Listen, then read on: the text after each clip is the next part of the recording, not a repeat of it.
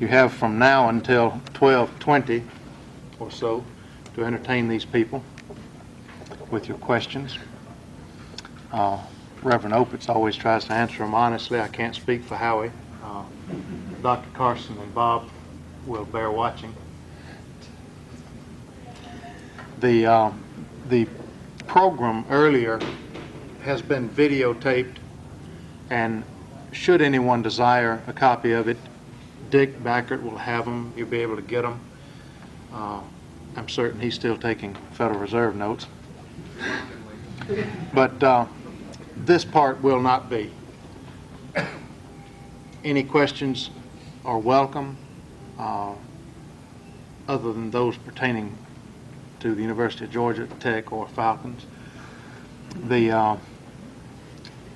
If there is a point you wish clarification on, don't hesitate to ask it. These gentlemen are more than capable. If there's a point you disagree with, put it to them. They can handle it. And I'm going to start it off with an open invitation from the audience. Is there, please, Mr. I would just like to ask anyone who's just yet, how does the fact of the Great Depression factor into the thinking of you? For instance, I am a factory man. I'm not a scholar or educator, except a believer in what you espouse here. But where does this whole matter? And I want to say, too, what a delight to see young people here. Gracious, this is the most encouraging part of this whole day, maybe for me. Clarence, why don't you listen? Carson? Well, I guess I can take your question any direction Any way you want. I want. My first reaction to the Great Depression is that most of what was done by way of governmental programs had, so far as I can see, very little to do with ending the Depression. And in fact, they didn't end the Depression. To go back a bit, if I may simplify, the Great Depression on its financial side was a set up, as Mary Rothbard has documented as well as you could document such things, I think. The Great Depression was set up by a monetary inflation, by a vast credit expansion. It was precipitated at the point where in 1928 and 1929, one of the things that precipitated it, let's say, was the well, it ultimately became a credit contraction and a monetary contraction, or deflation, if you will. Now, I use all these terms without too specific. And but what I started to say is the Fed raised the rediscount rate repeatedly, and a panic occurred in the stock market, and thereafter came a prolonged liquidity crunch when people were trying to get liquid. I intend to talk a little more about this in maybe more specific terms later on. So I think what I'm trying to answer to your question is that those who saw it as an occasion of the failure of, to use broad blunderbuss terms I don't like, the failure of capitalism or the failure of this or that or the other, failed to see that more directly it was a massive governmental intervention in the economy that set the stage for it, and that may have tripped the liquidity crunch, the following deflation.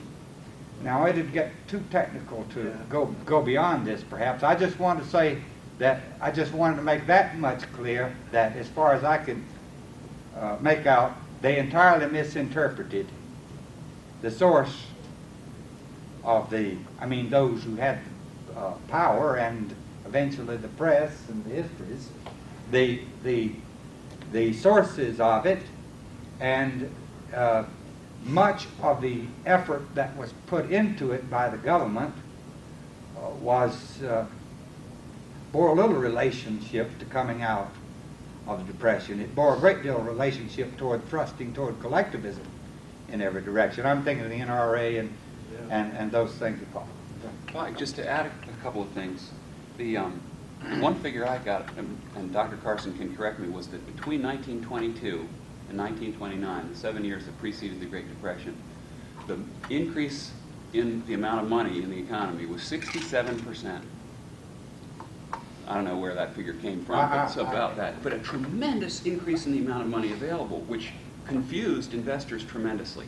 They overinvested, built up machines that couldn't eventually be used, and there had to be a recession. Another thing that I think Hoover was responsible for was the Smoot-Hawley tariff. Tremendous tariff, which really cut off international trade, and for various reasons that we can go into, hurt the farmers badly. Farmers started to go under, and that hurt the farmers' local banks, and that aggravated the situation. Hoover told the businessmen of the country to hold wages up high, when what was critically necessary was for wages to come back down to market levels. Everything that added on to unemployment. Everything that was done under the Hoover administration was directly opposite. But I want to go on to the Roosevelt and say that much of this had not to do with the Depression either. My question is a little, I meant it to be a little more the other way. The causes and corrections of this are not my concern. Let me direct it to Mr. Opitz as to the effect of the Great Depression on the attitudes and the ideas of the people in the press, the clergy, and academia. Do we get a shift of this great area of scholarship and morality about government and individual liberty because of the Great Depression? Or what does he think? The label pasted upon the whole ball of wax was capitalism. It was then almost self-evident that something called capitalism had collapsed, and what remained of it was saved by the New Deal. I mentioned during the course of my talk that the term capitalism was pinned on us by the opposition.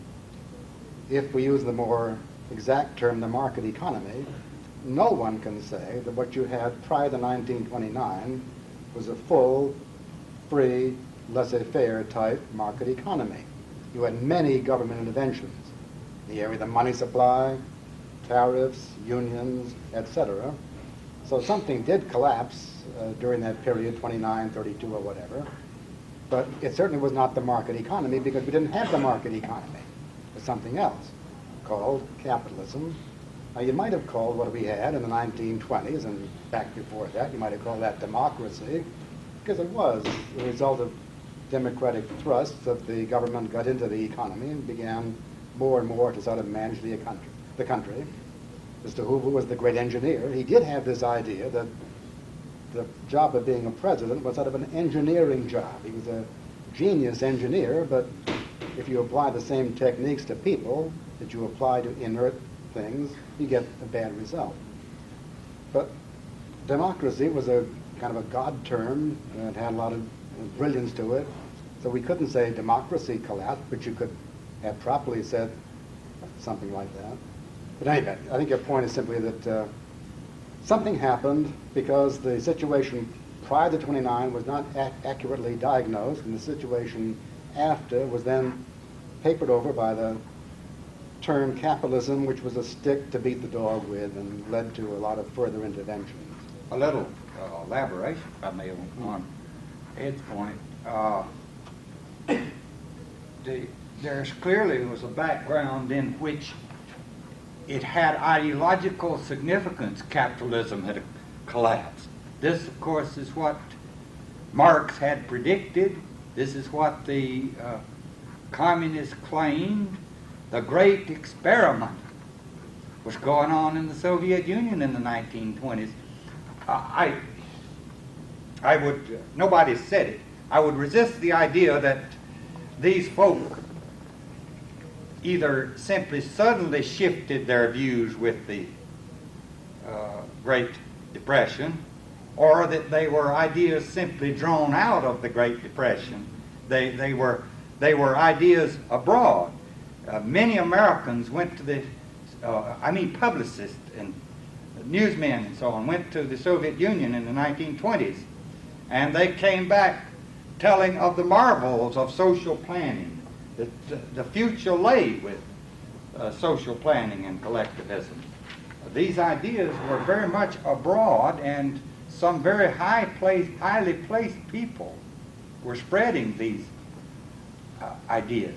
So you could, as undoubtedly Marxists would, and many people who were not technically Marxists, place a Marxist interpretation on it. And that's, I just wanted to add that to it. Thanks. Go ahead. May I say something? Dr. Carson, I've been reading you for many, many years. I'm glad to be here to meet you, but I want to ask you one question. It's always been my impression that the Great Depression started in 1913. It's not over yet, but I... The Federal Reserve law, the Income Tax Amendment, and then followed our getting involved in World War I, which we had no business being involved in. This was the, in my opinion, the trigger that, triggered the convention. I mean, the depression. I'm going to agree with you that the Fed was a major factor. I don't know to what extent the income tax itself was a factor in the coming of the Great Depression. It was of minimal. It didn't go very high and didn't affect people generally. So I don't know. Pardon? Right, not until the mid-30s. So I don't know about the income tax, but I certainly would trace the origins of one of the mechanisms that set the stage for the Depression to the Can I just interject for the sake of the students? 1913, folks, was the year that the Federal Reserve System was created, which centralized banking in this country and allowed the government to control money and print all it wanted, essentially. That's an oversimplification, but that's the one thing this gentleman means. Allow government to think it could control the money might be a better word. The other law passed in that year that we think is of importance was the income tax amendment. The Constitution was amended to allow Congress to pass an income tax law. So that's what this gentleman means.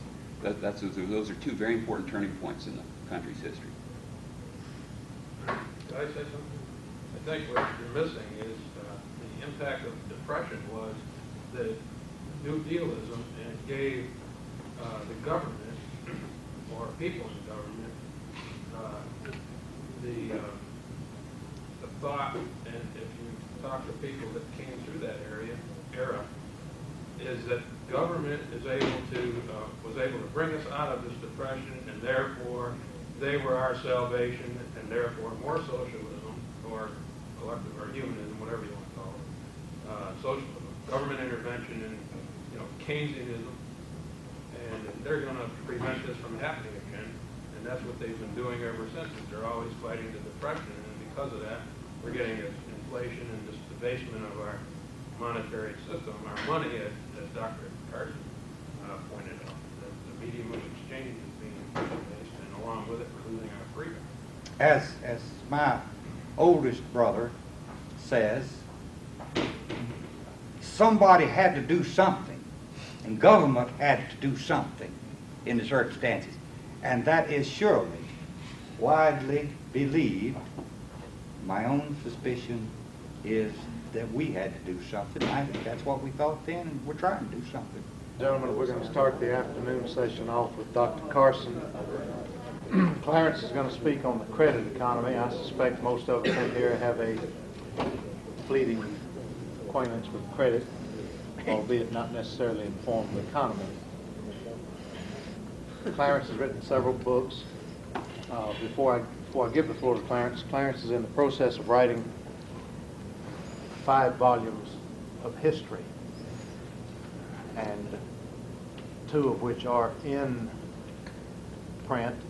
The 3rd is, we trust, being printed. The 4th is being written. Myself, several others are involved with the American Textbook Committee. We would like to see these books printed. We'd like to see them made available to school systems, public, Christian, whatever, whomever might be interested in them. And we would be more than happy to solicit donations of 100,000 up from you people. But needless to say, we'll take anything. Anybody that's been around Clarence very long, heard him speak, knows he'll take almost anything. Likes the green money, prefers the hard money. Dr. Carson is a long-standing contributor to Freeman Fee. He's written some dozen books, and the good Lord only knows how many pamphlets. With no further ado, I'm going to turn it over to Clarence and give him the better part of the afternoon, the one right after lunch, if you would, please. Thank you. Thank you, Paul.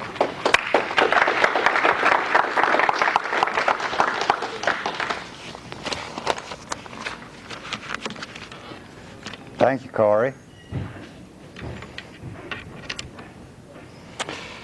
Fractional reserve banking didn't work out. That was a judgment that could certainly have been made at the beginning of the 20th century. You wouldn't have had even to have surveyed the whole of the 19th century, but just the recent decades up until, and you could say, that fractional reserve banking did not pan out.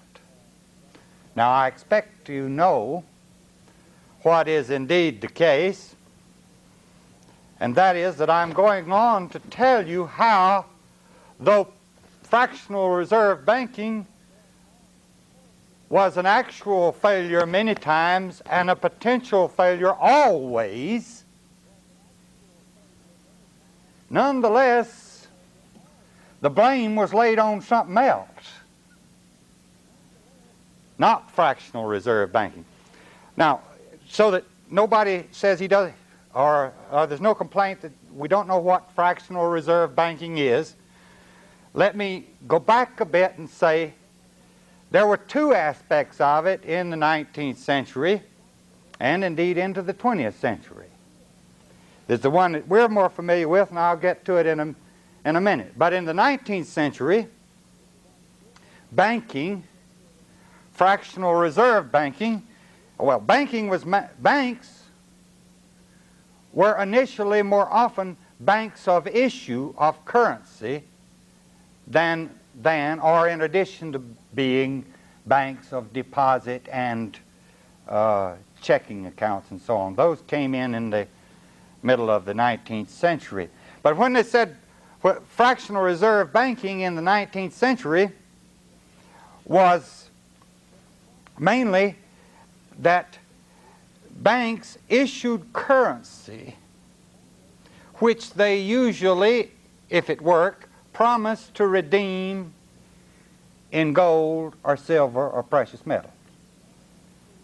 And it happened that banks quite often kept only a fraction, a portion of the gold or precious metals, whatever they were redeeming it in, on hand to redeem it.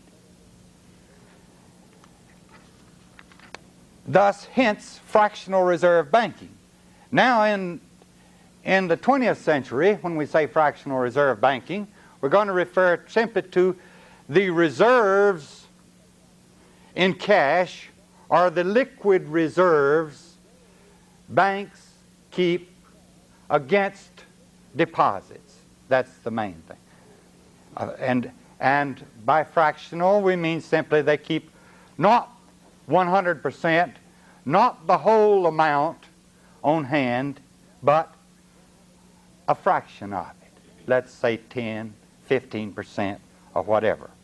Now, in the 19th century, for a portion of it at least, they were wrestling with both of these kinds of fractional reserve. Fractional reserve against gold, and also fractional reserve, at least in the latter part of the 19th century, fractional reserve against deposits. In addition to that, in the 19th century, they wrestled just about for the whole of the 19th century with another notion that wouldn't work. And they finally got it through their head that wouldn't work. And that is bimetallism, having two metals. Now, you can have as many metals as you want to and have them redeemable. The problem is not that. The problem is establishing a ratio, government establishing a ratio in terms of which it will redeem them as 15 to 1 or 16 to 1, common ratios between silver and gold in the 19th century. Now, that didn't work. They tried that. Alexander Hamilton tried it with the First United States Bank and as United States government policy. Didn't work. Hamilton really was smarter than that. He didn't much think it would, and it didn't.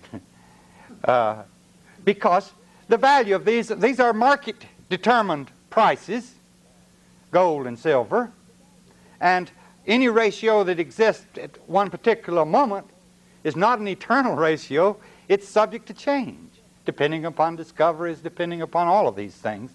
And so it did, and actually government never managed for more than 15 minutes to set a ratio, which was the ratio, I guess. And Jefferson got so tired of the whole business, he stopped coining money and said, let them have at it, you know, we're not going to have anything to do with it, which wasn't a bad idea. By and large, they managed very well without it, as far as I know. Usually. Sometimes. But, okay, now I'm not getting off the subject, Corey. Where's Corey? I'm right on the subject. I wanted to say that any number of times in the course of the 19th century, there were crashes, depressions, liquidity crunches I used this morning. That is to say, people wanting cash, people demanding the gold for their money and the banks couldn't pay it and closing down. So there was abundant proof that the fractional reserve system will not work. Now, it's easy enough to understand. If I say, all right, if you'll come and bring me your deposits, you can write checks on them, and you can demand all of that deposit back at any time you want it, during banking hours. And I say that to every one of you, and you come and bring your money, and I say, but I'm going to, of course, use, let's say we have a regulated case now, I'm going to use 90% of that for loans and keep 10% of it in reserve. Now, if I know anything about reason, this means that I am potentially always bankrupt. I'm always in trouble. There is no such thing as a sound fractional reserve bank. Any bankers here? Yeah, I heard that. Okay. He's getting in the heart attack range, isn't he? Well, it's a good thing. I think by and large. Now, I have nothing against bankers. Here and there and occasionally, for a little while, one of them has been my best friend or something like that. No, this is not said against them at all. It's said to make it very clear that it won't work if there's any way to get at them. Now, that's clearer probably than anybody ever stated it before, but you haven't heard it stated more bluntly than that, have you? Well, it's the truth. So when people say a sound bank, that the bank is sound, and it's a fractional reserve, and they all are today, then they are saying something other than what I'm talking about, or they're not making sense, because it isn't. And they could not, at any moment, unless they had outside aid from somebody, redeem all that they have promised at that time. Well, that's been the case. Okay. I just introduced this as a way into discussing the system which I'm calling the credit economy, which has been devised, and I want you to think of this. Think of it this way. Even though there are other elements no doubt involved in it, I'd like you to think of it this way for a little bit. Let's try as best we can to look at it from the banker's point of view. At least it may help us to understand what happened in history to some extent. Bankers make their living mostly on that fraction that they're able to, that multifractions they're able to loan. That's why they can do so many things for you, and despite all those little fees and penalties, and not charge you very much for them. More than that, bankers undoubtedly, and I'm not saying that bankers did this entire, they did some of it, and they were at the helm, no doubt, in writing much of the legislation and so on that went into it. But we have devised a vast credit system within which fractional reserve banking can usually prosper. That's one way to look at it. I'm going to look at it strictly through the lens of the banker. We indeed have today what I reckon to be a basically credit economy. A credit economy. Some of you want to call things capitalism. Why don't you call this creditism, if you like? Because that's what we've got, and that comes closer to laying the finger on the vast monetary expansion, credit expansion system in which we live. Now, I'm including in saying this both private credit, so-called, and government borrowing.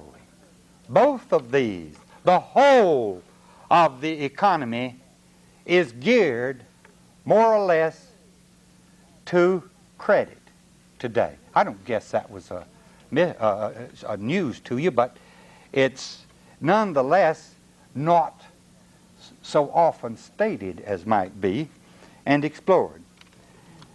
We have an economy which depends largely, some of you gone to sleep already, largely on continual credit expansion.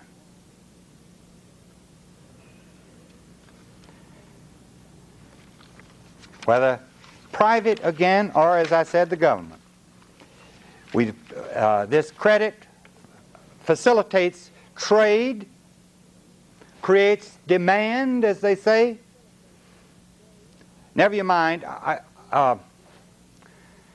I'm going to have difficulty throughout, because in large measure I consider the system nonsense. But one must talk in terms of it to some extent. And thus one must even make statements that have a kind of truth within the system. So I'll say, for example, they create demand. That's not ultimately true, but it is in the system. They foster production and produce economic growth. In short, credit oils the machinery of production and distribution within the economy that we have. It is a major element in the economy that we have. And what I want to talk about is some of the dangers of this, some of the results of this, and what it's about. Now, let me make a few points about it. This credit economy is basically depends upon borrowing from future earnings, potential future earnings. It is not based primarily, or it is not broadly based on past savings. Now, I would say if our credit, our loans, and our borrowing were based primarily on past savings, that that's all that was going on, then private borrowing and private lending, I would consider none of my business. As your friend, I might counsel you against borrowing overmuch, as Benjamin Franklin did, and point out to you, if you were my friend and you'd ask, and it maybe twisted my arm a little. I usually try not to give advice, but if I did, I might give it to you. But I would not consider it a public matter of concern. That's your business. If you want to borrow, get in the hands of a creditor, get pushed around and held within the frame of his prescriptions, then that's your business, I take it. And I'd counsel my children against it. But that's not the system we've got, is what I'm saying. We haven't got a system that is broadly based on private savings. Let's don't kid ourselves. Those savings, the reason I just got away from basically for a moment, as I hope to make clear,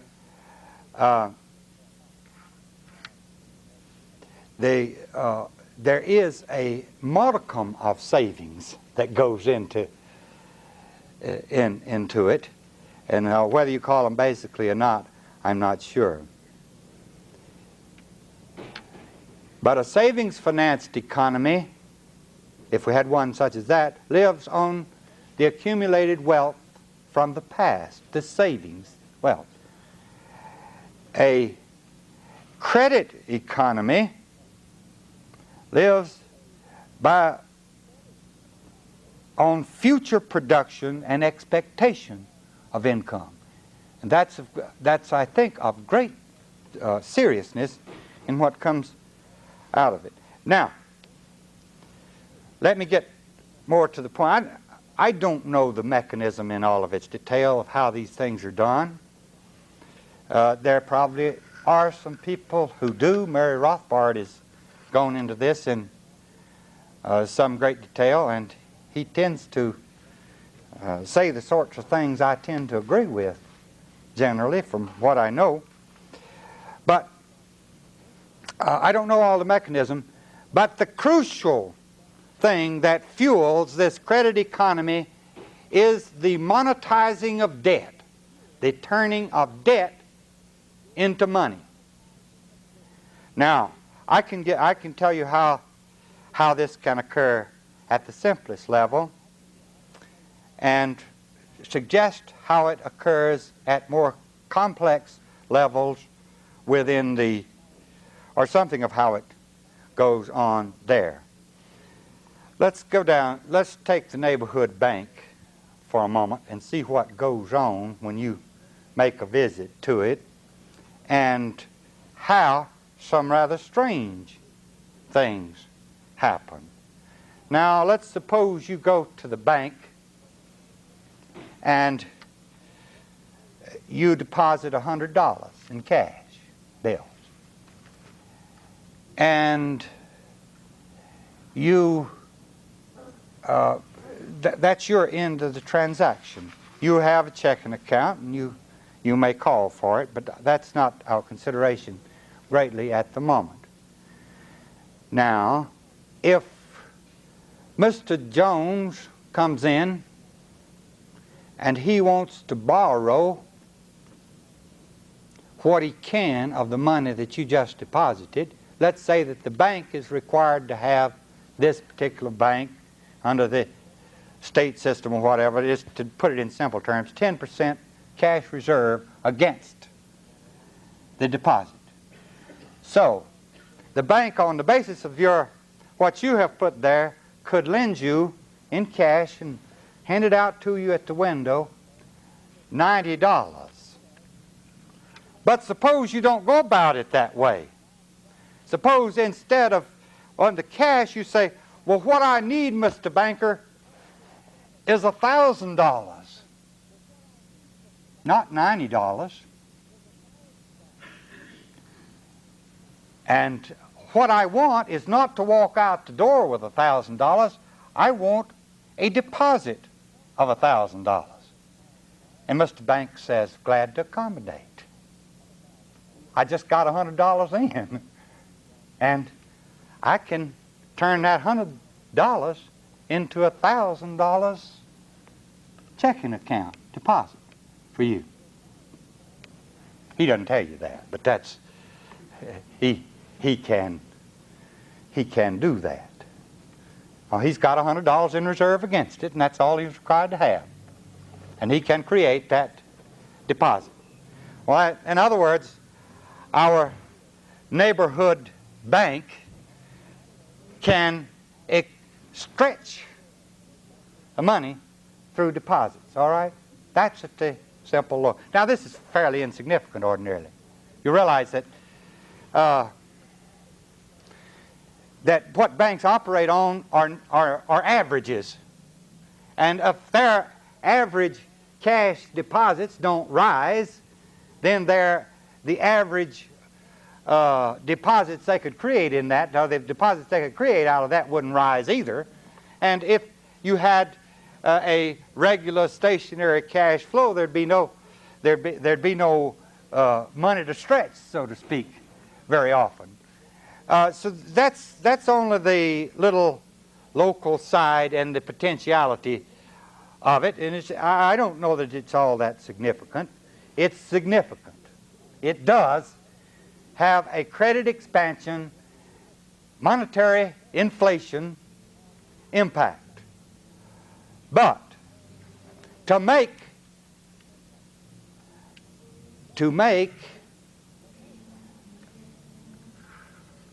this fractional reserve banking work on a large scale, that's good.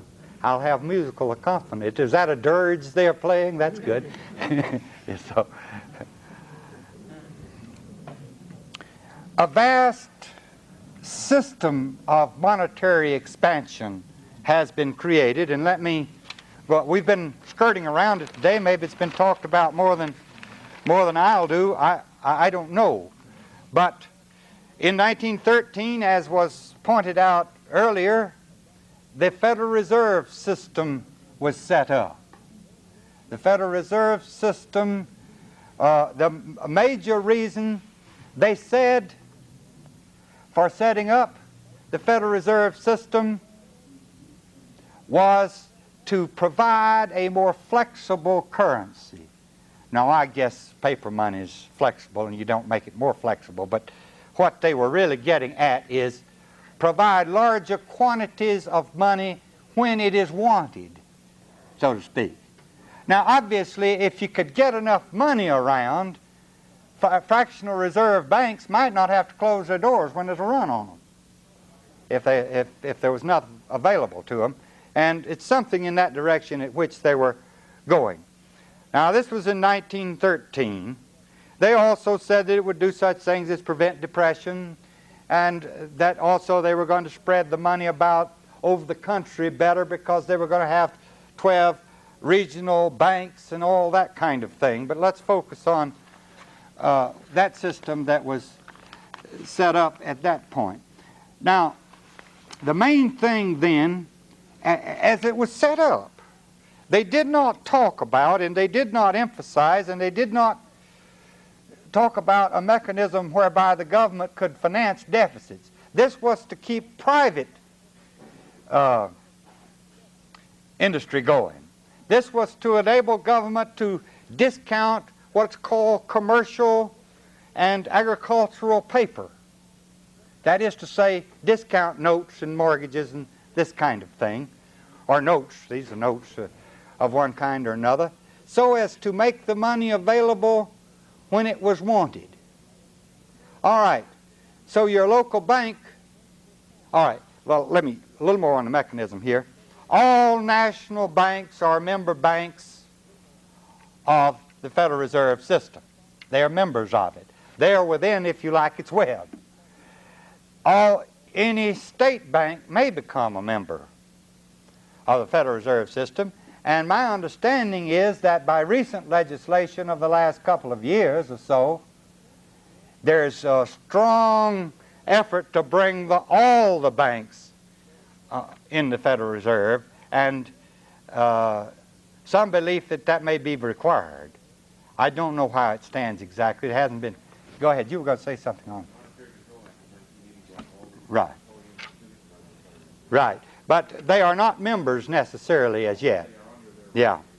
Well, they were more or less in any case, and this confirmed a fact that probably existed. But up until 1980, state banks were not conceived as necessarily under or related to, though many of them were, the Federal Reserve system.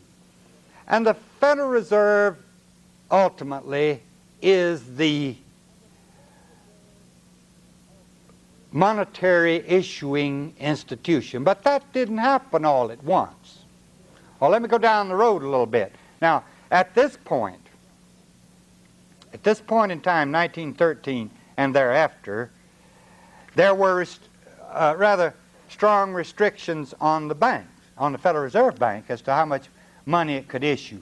It was limited, not only by other kinds of reserve requirements, but there was gold reserve, and it could only issue a congressionally determined amount on the basis of a certain amount of gold reserves. So it was fractional gold reserve, but it did hold gold reserves.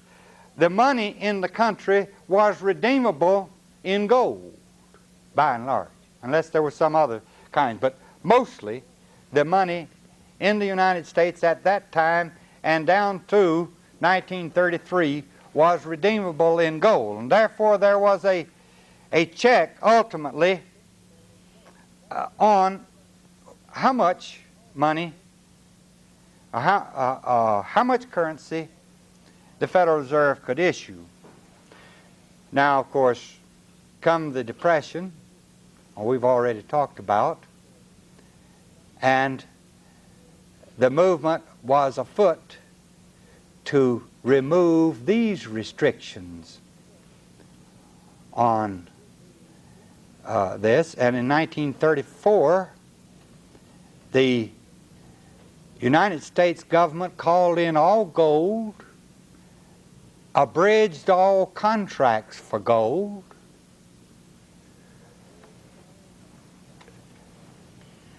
called in all the currency, in effect, reclaimed and redeemed, reclaimed it, didn't redeem it. And thereafter, all the money in the country consisted of Federal Reserve notes. Some silver certificates were issued, $1 bills were issued as silver certificates, and the subsidiary coinage was still either silver or partially silver after that. In the 1960s, now I should emphasize that the United States, something else the United States government did along with this, they raised the price of gold. Roosevelt had in mind inflating. There can be no doubt of it, since that's what he did. That is, issuing a great deal more currency, getting more money into circulation. And they raised the price of gold from $20 an ounce to $35 an ounce. And that was the offer on the world market.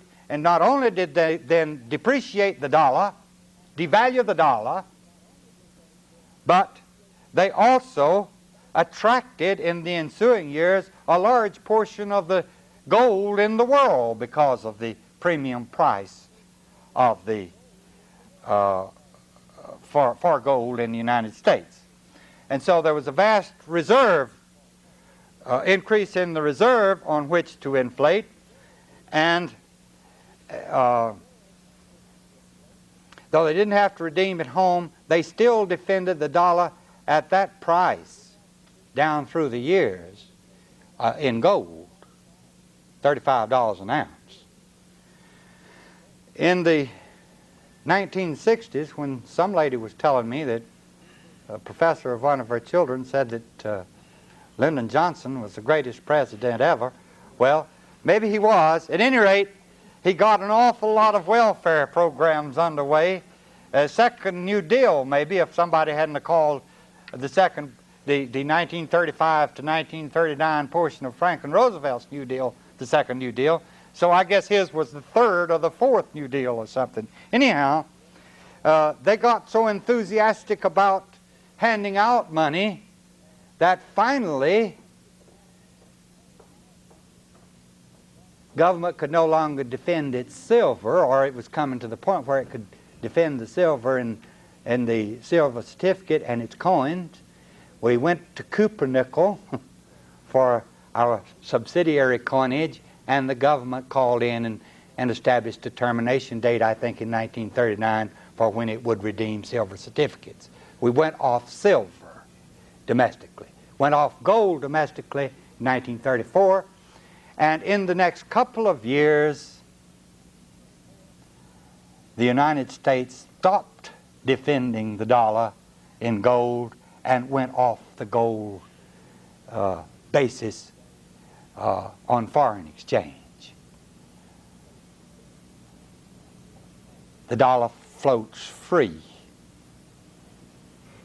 in a world, as Bob Anderson says, of lesser valued currencies under that circumstances. I thought it might be of some interest, and you may have some ideas yourself under those. Now these are all conditions, I should emphasize, under which our credit economy operates. They are conditions under which the currency is inflated, and what I have been describing to you is the progressive removal of all restraints on how much, well, not all restraints, there are always restraints, but all of the monetary restraints, all of the precious metal restraints, any kind of foreign restraint on the issuance of currency, paper money. Well, I'm not saying that the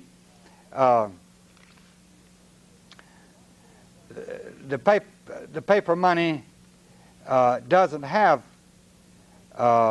some restraints on it. It does. It's largely, these restraints are on these things. How much demand there is for more money, either to make out the deficit of the federal government or through the rediscounting of notes or whatever. Those kind of restraints, if you can call that a restraint, I don't know that it is. The interest rates, of course, will have an effect on how much the demand for the currency is, or how great the demand for the currency is, and the Federal Reserve discount rate will have some effect on how much the demand of banks is for currency. And so all of these things, if you want to think of them as setting a limit, they set some kind of limit, but otherwise the dollar floats free. Now, it is since 1970s, early 1970s, let's just say 1970 or 1971, take a pick, doesn't matter, it isn't that pinned down. We have had a completely thoroughgoing fiat money. It is money purely now by fiat of the government, and it can, as I said, be created at will. It is legal tender for all debts, public and private, in the United States, and as has been pointed out already, it is now around the world the currency of settlement in country after country. Now, this is the situation. What gives the value that this dollar has? What gives it its value? Does the government give it its value? No. As Mises said, and as you may know, whether he'd have said it or not had nothing to do except that governments cannot give value to money. They cannot establish it. The most the government can do is determine the ratios between things. It can decide, the government can and has decided, regularly decides, all right, this is a $1 bill, and this is a $20 bill, and it has determined that this is worth 20 of these. You can get 20 of these for it. That's not news, but what I am pointing out here is what government can decide. When it has the legal tender, it can decide in what ratios these things it prints and what it prints on them will exchange. Now, beyond that, the government doesn't give. It is true that by making it legal tender and accepting it in payment of taxes, you might suppose that the government gives a little value to it, or whatever word you want to use, but I think not, because our taxes are ordinarily tied to the quantities of prices of goods or income or whatever, and therefore the taxes are a reflex of the transactions and trades within the society and are not themselves a value giver or whatever.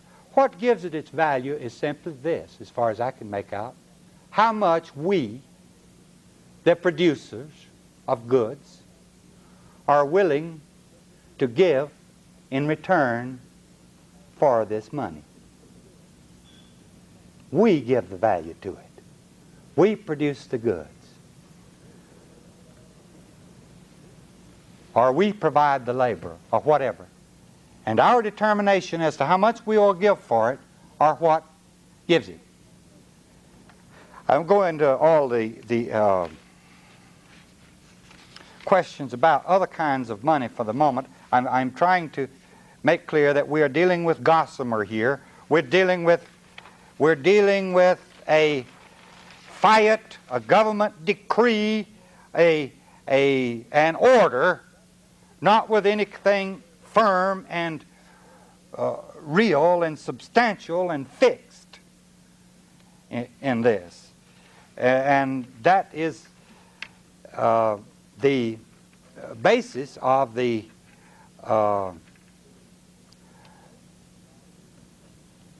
credit economy that prevails today. And I take it we are, whether we will or not, and whether we wish or not, but however we look at it, caught within the frame of this credit economy.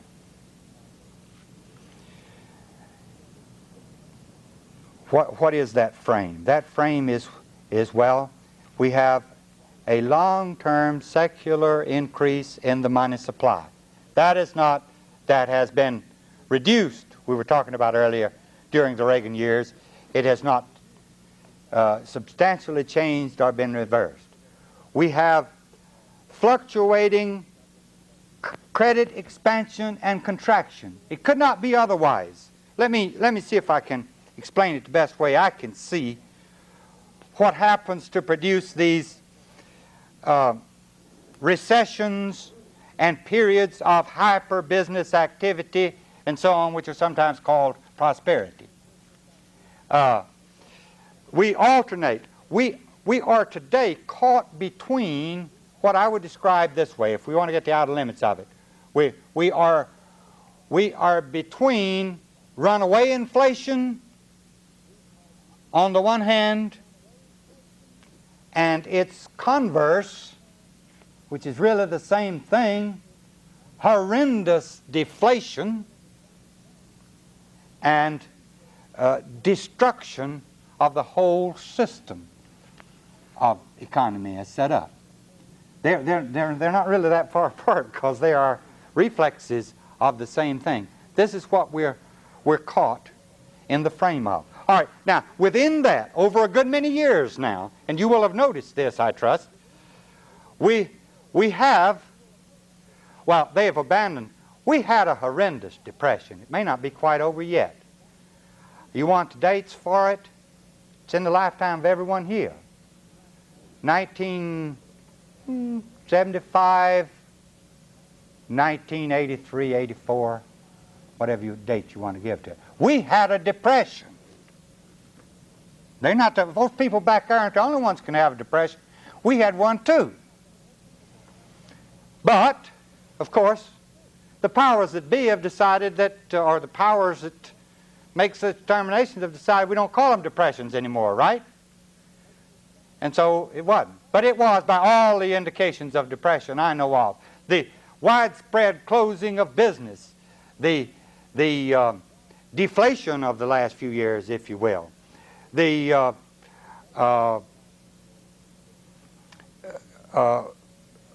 thrust, well, not so much the thrust to liquidities, but the unemployment, all of the indices that go along with what would be called a depression is that. Well, never mind. I'll skip it. You don't want to. You can believe me or not. We had a depression very recently, and a big one. We may not be out of it yet, but there are worse things looming on the side than that. Is what is my hopeful message, if you like. But anyhow, we had one. But by and large, what we've had more often is what they tend to call recessions, or again, a considerable business activity. We have a wave-like economic flow, ebb and flow, that depends upon, that derives in some considerable part from credit expansion, monetary increase, credit contraction, followed by that, and so on, with all the built-in things that make any kind of price, a wide variety of prices inflexible.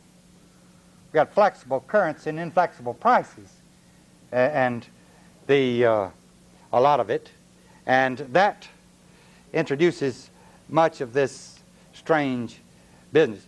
Well, a surge comes when credit is expanded. If you want to think of it in terms of consumer spending, you can think about all the large numbers of people go out and buy automobiles and so on.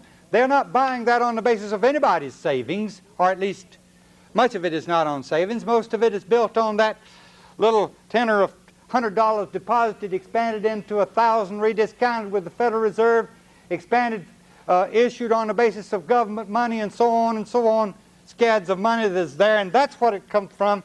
And it depends on if it's going to have any value.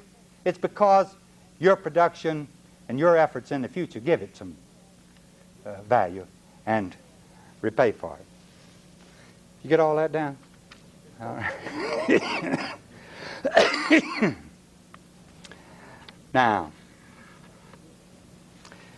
on the other end, of course, you've got to pay it back. We have to pay it back. Government doesn't have, that's a strange thing, but government apparently doesn't have to pay its loans back. It services them.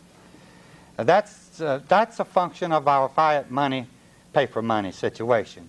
Would be most unlikely to exist without it. Nobody would lend, let me put it this way, people wouldn't lend it to a government that didn't pay it off or that was so obviously bankrupt as ours is. So it creates the money to service the debt.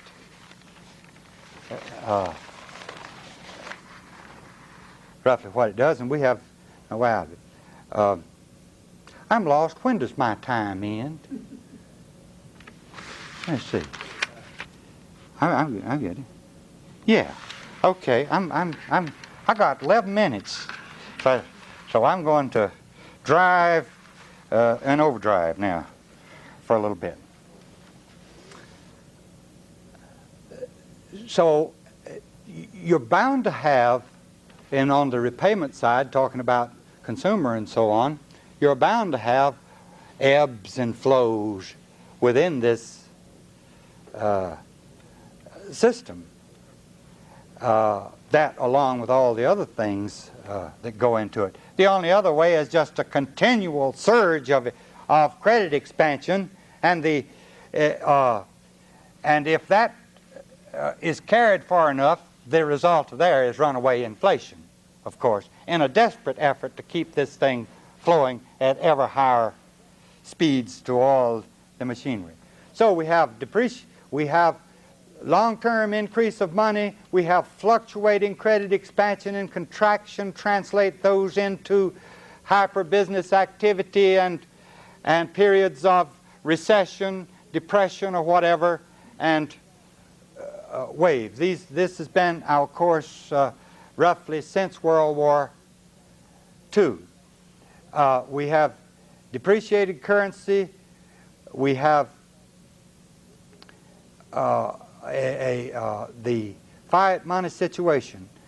The prices of goods rise, money depreciates, taxes rise generally with the increase in the money supply. Money does not serve its function as a storage of wealth. It is evanescent as it deteriorates in value as it goes along. Now, what I want to talk about for the few remaining moments is what to do about it. Now, a great many people, perhaps all of us in one way or another, make greater or lesser efforts as individuals to try to get out of it. In a sense, we are, and I would picture us within this vast credit system, we're caught within one of those mazes such as psychologists play with rats, you know. And we're that in this great maze of institutions and devices by which the monetary system operates and the money is increased, and we try to avoid the higher taxes. I do. We try to avoid, I don't mean that I don't pay them, you understand, if they're due, every cent of them, you understand, if they're due. I like what a fellow said the other day. Is this off the record? He said, maybe I shouldn't say it. Well, I'm not going to tell who it was. I'm not even going to tell the IRS who it was until they torture me. But, well, I hurt easily, and but he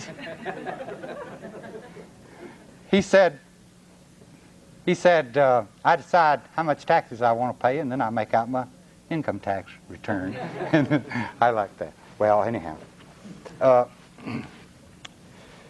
In truth, and of course, many people spend a great deal of time or a great deal of money in devices for trying to hedge against inflation, trying to hedge against these things, trying to individually do things that will, they buy gold, they buy silver, they buy mining stock, they invest in real estate, they do you know, all of us know, hundreds, thousands of things, and spend, and even adjust lifestyles so as to pay less taxes, perhaps, or to somehow avoid it. Now, what I like to say is on this, and I do not believe that individually there is much we can do about it. Ultimately, we are caught within a credit system created by government and used to considerable extent for the purposes of government. A system which reaches from Federal Reserve banks to national banks to local banks to the assorted credit and lending institutions in the country, and that is attuned to and keyed to increasing monetary and credit expansion. And as individuals, we could stop putting our money in the bank and thus not be responsible any longer for to what extent that spurs the money-stretching activities. Well, it really is largely futile. This solution is hard, maybe. I said fractional reserve is a failure. There's just one thing we need regarding banking. Laws to prosecute people for fraud, for promising what they could not deliver.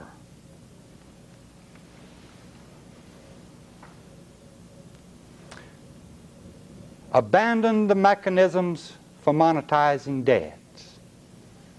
Abolish the Federal Reserve. Abolish... Oh, well, I'll go, if that'll get me a round of applause, I might get a standing ovation. I'll go, yeah.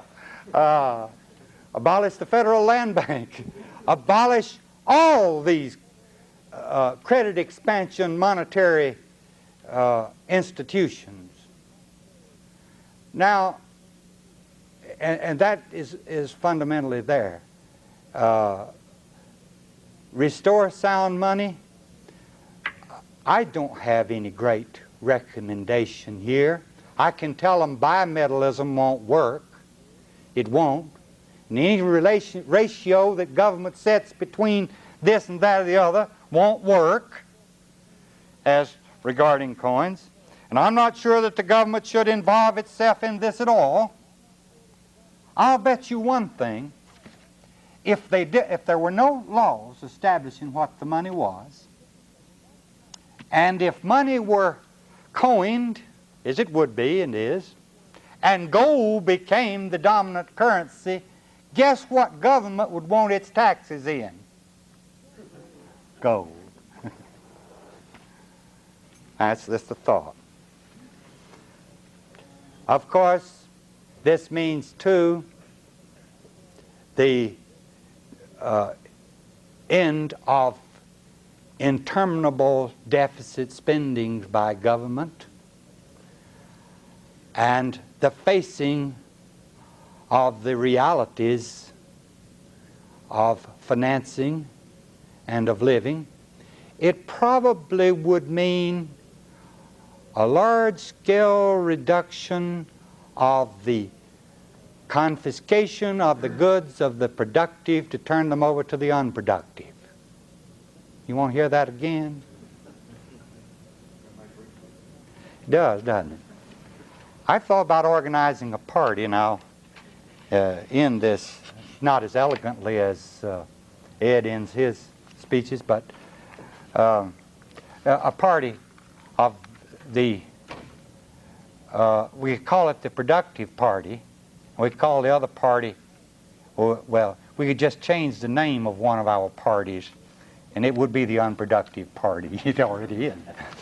Okay. No, that's political.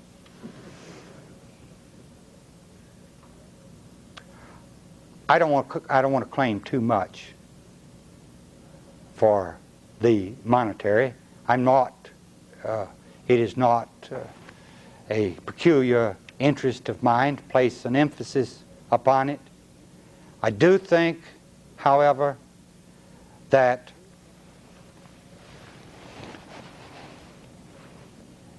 it is crucial, morally and otherwise. It plays such a tremendous role in the economy, and it is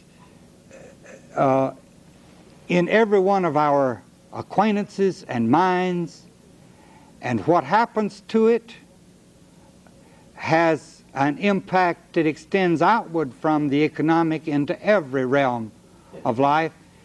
And those who can justify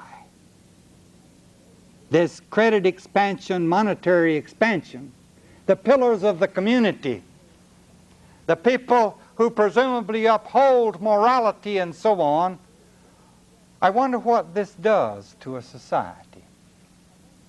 In any case, I think that I have laid out in broad terms the solution. I want to suggest to you, I don't know whether what results will bring you prosperity or not. It would depend on you whether you prosper or not. That might be a frightening thought to some people, but that's what the result is. Well, I thank you for listening.